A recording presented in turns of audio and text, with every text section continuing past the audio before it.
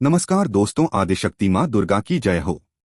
साल 2024 में 3 अक्टूबर से शारदीय नवरात्रि का प्रारंभ हो चुके हैं। आशा करते हैं कि आप सभी नवरात्रि पर माँ दुर्गा के 9 अलग अलग स्वरूपों की पूजा बहुत विधि विधान धूमधाम से और श्रद्धा भाव के साथ कर रहे होंगे। अब धीरे धीरे अष्टमी नवमी भी आने वाली है और साथ ही कलश विसर्जन का समय भी आ रहा है।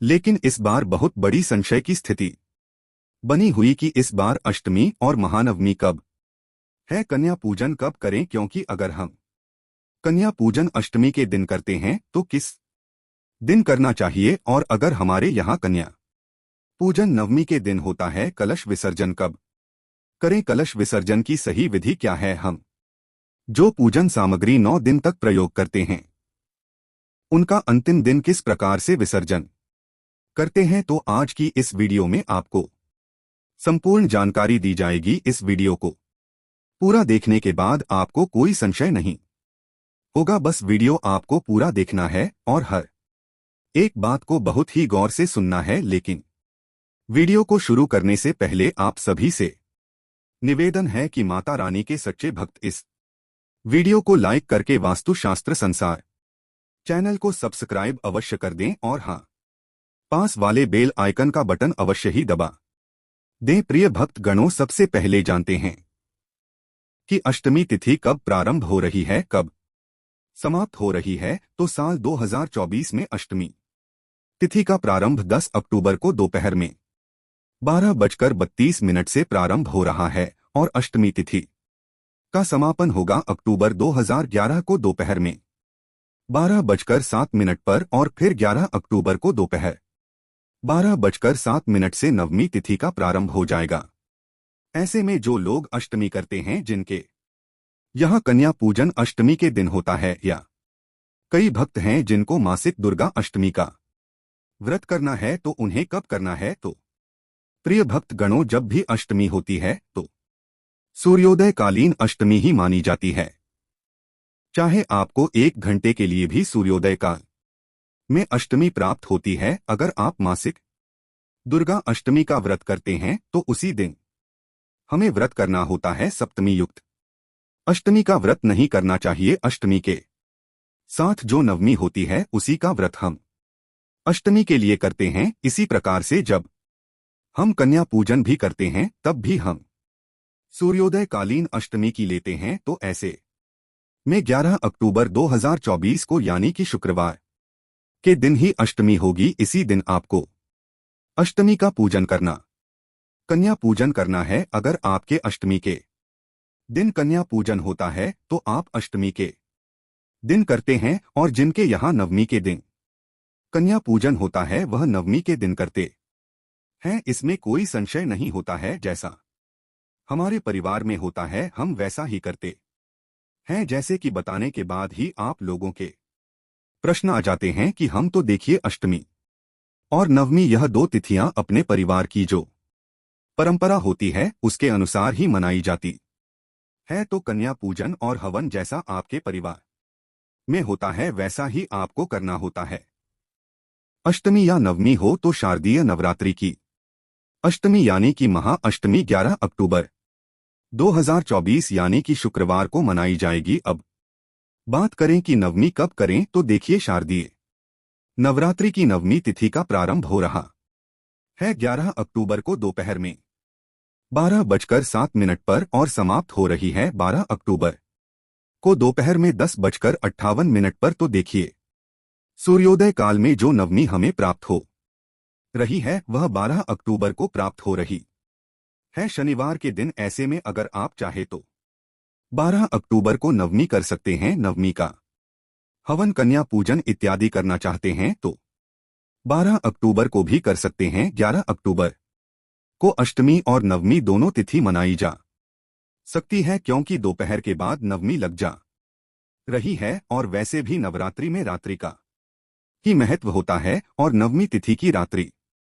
हमें प्राप्त हो रही है 11 अक्टूबर 2024 को शुक्रवार के दिन। तो मां सिद्धिदात्री की जो विशेष पूजा होगी वह 11 अक्टूबर शुक्रवार की रात्रि में ही होगी। इस बात का आपको ध्यान रखना है, लेकिन सूर्यकालीन नवमी हमें प्राप्त हो रही है 12 अक्टूबर को। तो बहुत से भक्त जो नवमी में सूर्य कालीन तिथि ही मानते हैं, या कई लोग हैं जो दशमी में कन्या पूजन करते हैं, दशमी में हवन करते हैं, नवरात्रि का समापन करते हैं, तो 12 अक्टूबर को भी कर सकते हैं। वैसे 11 अक्टूबर को अष्टमी और नवमी आप दोनों मना सकते हैं, यानी अगर आपके यहाँ अष्टमी का पूजन होता है तो आप 11 अक्टूबर को दोपहर से पहले कन्या पूजन हवन इत्यादि कर लीजिए। और जिनके यहाँ नवमी मनाई जाती है, यानी कि नवमी में ही कन्या पूजन किया जाता है, वह चाहे तो 11 अक्टूबर को दोपहर के बाद भी कन्या पूजन हवन इत्यादि कर सकते हैं। पर अगर आप ऐसा नहीं करना चाहते हैं तो 12 अक्टूबर को कर लीजिए। सुबह 10:58 तक नवमी तिथि रहेगी, तो तब तक आप कन्या पूजन हवन इत्यादि, नवरात्रि का समापन, कलश का विसर्जन, यह सभी चीजें आप 12 अक्टूबर को कर सकते हैं। तो अब देखिए, अष्टमी तो 11 अक्टूबर को ही है, नवमी आप अपनी इच्छा के अनुसार 11 को भी कर सकते हैं, 12 को भी कर सकते हैं, जो भी आपकी इच्छा हो, जैसा भी आपका मन करे, जैसा भी आपके परिवार में होता है वैसा आप लोग कर लीजिएगा। चलिए अब बताते हैं विजयादशमी या दशहरा कब है। तो 12 अक्टूबर 2024 को शनिवार के दिन दशहरा है। इसी दिन रावण का दहन होगा। अब बात करते हैं कलश विसर्जन कब करें। तो देखिए, वैसे तो कलश का विसर्जन दशमी तिथि को, यानी पूरे 9 दिन बाद और नवरात्रि पूजा करने के बाद करना ही शुभ होता है। इस बार दशमी तिथि 2 दिन है, और ऐसे में आपके मन में यह भी प्रश्न होगा कि विसर्जन किस दिन करना चाहिए। और कई लोगों के प्रश्न आते हैं कि अब जैसे कि कई लोगों के प्रश्न आते हैं, हमारे यहाँ अष्टमी होती है, यानी कि अष्टमी के दिन कन्या का पूजन होता है, फिर हम कलश कब तक रखें। तो आइए जानते हैं इन सभी के बारे में सटीक जानकारी। तो देखिए, आपके यहाँ अष्टमी होती है या फिर नवमी होती है, आप लोग कन्या पूजन हवन इत्यादि सभी कार्य अपने परिवार की परंपरा के अनुसार कर लीजिए। जिस दिन भी होता है कर सकते हैं आप, लेकिन कल का विसर्जन, यानी कि माता की चौकी जो हटाई जाती है, या फिर अखंड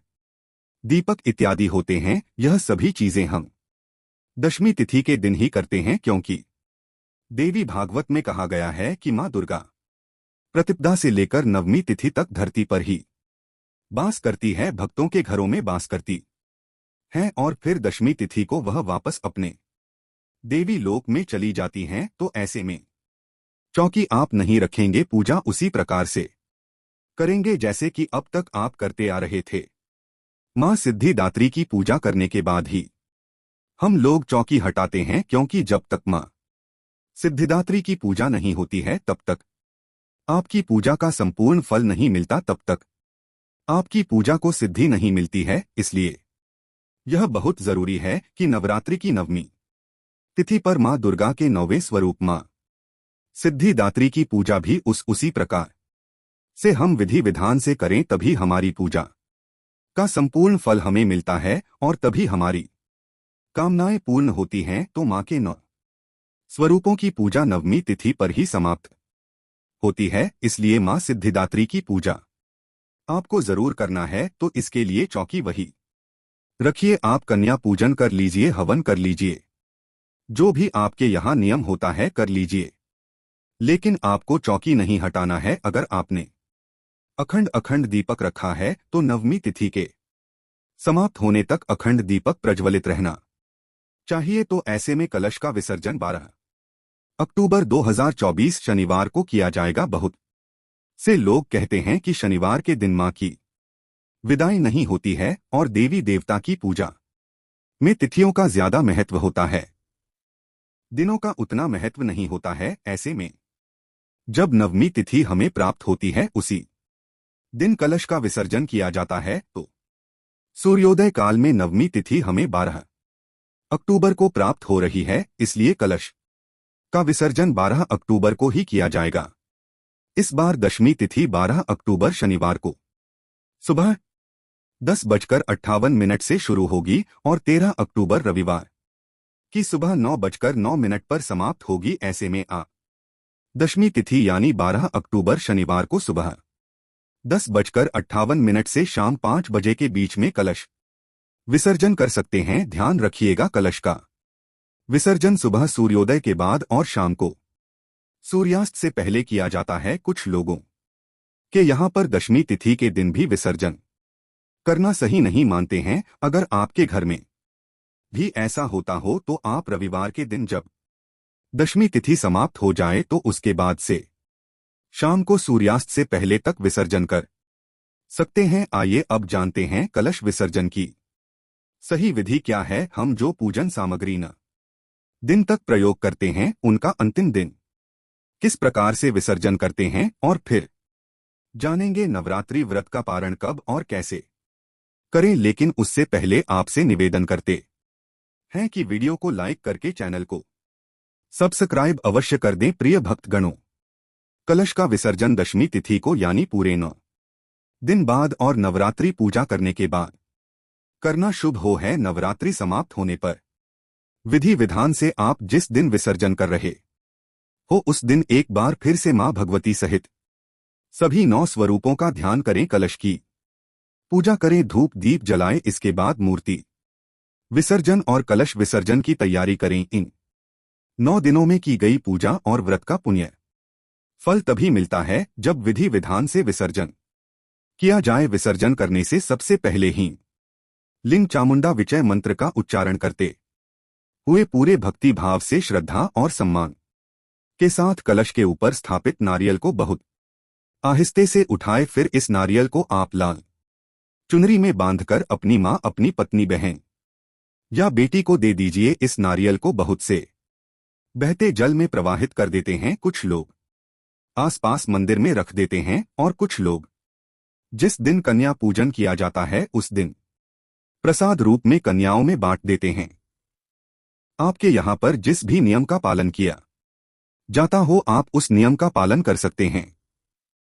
अगर आप पहली बार नवरात्रि के व्रत रख रहे हैं तो आपको इस नारियल को या तो मंदिर में रखना चाहिए या फिर आप बहते जल में भी प्रवाहित कर सकते हैं। इसके बाद कलश में जो आम और अशोक के पत्ते रखे हुए हैं उन्हीं पत्तों से कलश में रखा हुआ जो भी अमृत जल है उसका छिड़काव पूरे घर में करना चाहिए। यह जल बहुत ही पवित्र होता है, घर में खुशहाली सुख समृद्धि बढ़ाता है। इस जल के छिड़काव से घर में सभी शुभ शक्तियों का वास हो जाता है। घर की जितनी भी नकारात्मकता है, जितनी भी नकारात्मकता है, बुरी शक्तियां हैं, वह इस जल के प्रभाव से दूर हो जाती हैं। कलश का जल सबसे पहले रसोई घर में छिड़के, उसके बाद बाकी जितने भी आपके घर में कमरे हैं वहां पर और मुख्य द्वार पर छिड़काव करें। गलती से भी बाथरूम में या शौचालय के आसपास किसी भी अपवित्र जगह पर कलश के अमृत जल को नहीं छिड़कना चाहिए। इसके बाद जितना भी जल बच गया है उसे आप तुलसी के पौधे को छोड़कर बाकी किसी भी पवित्र पौधे में या किसी भी पौधे में आप विसर्जित कर सकते हैं, क्योंकि माता रानी की पूजा में माता को तुलसी पत्र नहीं चढ़ाई जाती है। इसलिए यह जो हमने कलश की पूजा की हुई है, कलश के अंदर जल रखा हुआ है, यह मां भगवती के नाम से ही हमने स्थापना की है। इसलिए हमें इस जल को तुलसी के पौधे में विसर्जित नहीं करना चाहिए। जल की कुछ बूंदे परिवार के सभी सदस्यों को अपनी आंखों और माथे पर भी लगाना चाहिए। कई बार ऐसा होता है कि 9 दिन की पूजा करने के बाद जब विसर्जन की बारी आती है तो कलश में रखा हुआ जल बहुत कम बचता है या पूरी तरह से सूख जाता है। अगर आपने कलश स्थापना के लिए मिट्टी के कलश का प्रयोग किया हुआ तो अधिकतर यह होता है कि कलश का जो जल है वह सूख जाता है या बहुत कम हो जाता है। जितना भी जल बचे आप उसका छिड़काव कर सकते हैं।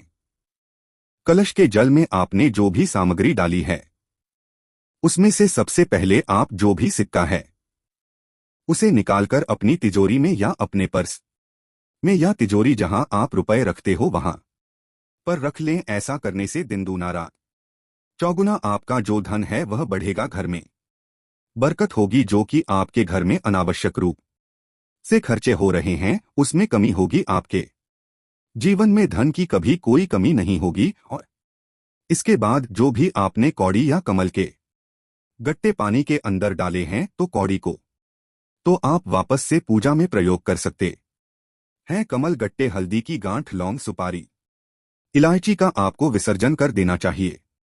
उनका विसर्जन आप बहते जल में कर सकते हैं या आप किसी भी पवित्र वृक्ष के नीचे गड्ढा कर खोद के वहां पर दबा सकते हैं। आपने जो ज्वारे बोए हैं ज्वारे बहुत ही शुभ होते हैं, तो थोड़े से ज्वारे निकालकर आप अपनी तिजोरी या पर्स में भी रख सकते हैं। जब आपको कोई भी समस्या हो तब आप इन ज्वार का दर्शन कर सकते हैं। पूरे साल भर यह ज्वारे अपनी तिजोरी में रखें, उसके बाद उनका विसर्जन कर सकते हैं। ऐसा करने से मां भगवती की कृपा आप पर सदा बनी रहेगी। मिलते हैं आपसे अगली वीडियो में, जब तक के लिए नमस्कार, जय माता दी।